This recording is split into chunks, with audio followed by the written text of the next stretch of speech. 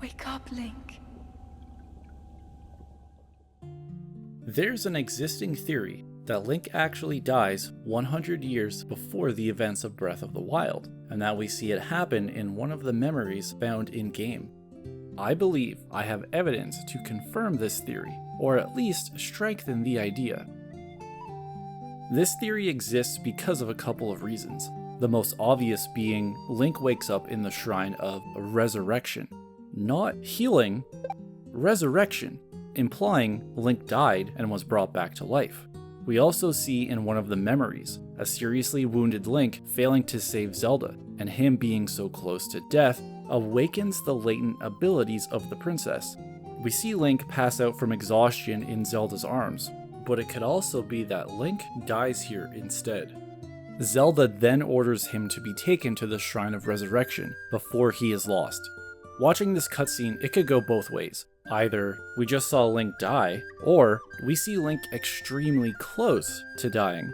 There's also other moments in the game where it's hinted that Link did die in that cutscene. But overall, the game tells us that Link survived because he was placed in the Shrine of Resurrection fast enough to save his life. In my Happy Mask Horn statue video, I talked about the similarities between the Happy Mask salesman and the bargainer statues. The salesman and the bargainers are characters who make deals involving souls.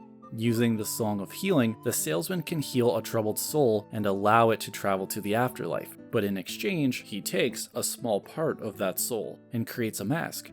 The bargainer statues tell us that their goal is also to help spirits, the wandering Poes found in the depths of Tears of the Kingdom, return to the afterlife. Link can trade these Poes for items, and some of these items are said to be created by the powers of the statues. The salesman uses parts of the spirits he's helped to create a mask, and if the bargainers are related to the salesman, then maybe when they create items, they're doing the same thing, using parts of the spirits they've helped to create items. Finding all of the bargainers in the depths rewards Link with the ability to purchase the Tunic of Memories, which, if we're going off this idea, means the tunic was created using part of the spirits the statues have helped. What's interesting is the tunic looks exactly the same as Link's champion's tunic. What connects this all together is when the salesman creates a mask with the Song of Healing, that mask resembles the spirit that was helped. And in a 2015 Game Informer interview, Eiji Aonuma stated that the main transformation masks contain the memories of the people who have died, and that there are things they really wanted to do before they left this world. If you haven't guessed yet, I believe Link died, and the bargainer statues helped his spirit move on to the afterlife. Picture this: Link dies in the past after Zelda's powers awaken. He dies in her arms, failing to stop Calamity Ganon, and therefore failing to save the princess.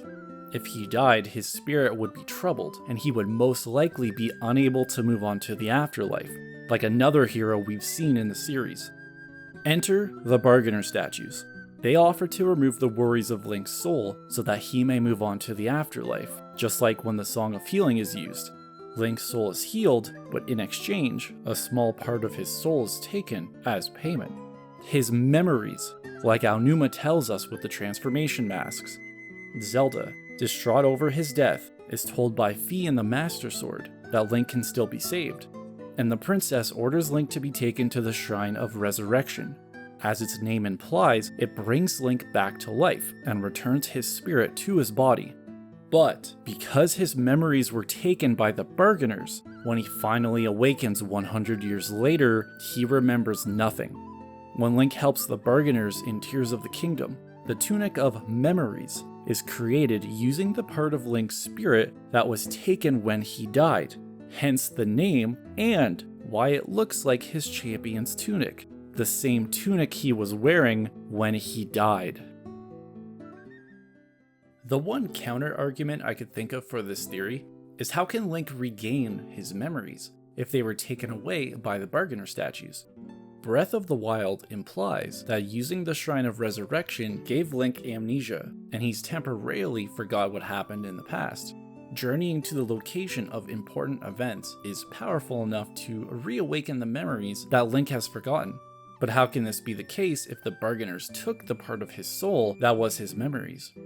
The thing is, when Link journeys to each of these important locations of his past, we can see a golden aura. In terms of game mechanics, this is just here to show the player where the exact spot is. But if we're talking about what happens in-game, these auras look similar to Zelda's power. We also know Zelda can interact with Link even while she's busy keeping Calamity Ganon sealed in Hyrule Castle. After all, she's the one who wakes Link at the start of the game, and if Link recovers all his memories, Zelda again speaks to him, telling him he's ready to face Ganon. I believe these auras are actually Zelda using her power to restore Link's memories of their time together and of the threat of Calamity Ganon. During his quest to save the Divine Beasts, Link can remember times where he was with the champions of old, but they do not involve this golden aura. The difference between these memories and the captured memories are that the captured memories focus on Link's relationship with Zelda and the appearance of Calamity Ganon, whereas the Divine Beasts memories are about Link's relationship with the champions. There's also the Master Sword memory Link receives when he claims the sword again, but this is not his memory as he was not present at that time, and the Deku Tree tells Link it was a vision of the past. And lastly, the champion's ballad memories that Link remembers from the DLC. He's only in one of 5 of those memories, and it's more that they are what Link imagines happened in the past while he listens to Cass play his music. The captured memories, the memories of Link and Zelda developing their relationship, and of the growing threat of Calamity Ganon, would be the ones that would cause Link's soul to be restless, because he died thinking he failed to save the princess from Ganon. And these would be the memories the Bargainers take, since they are what is preventing Link's soul from moving on. The Bargainers don't take all of Link's memories, just the ones that trouble his soul. And if this is really what's happening, then it makes sense that the Bargainer statues could take a small part of Link's soul, a part of his memories, but Link can still learn of what happened in the past thanks to Zelda's powers. In summary, I believe Link died in the past. He died with a troubled soul, but was helped by the Bargainer statues. They took part of his soul, a part of his memories, which is why he wakes up in the Shrine of Resurrection, remembering nothing.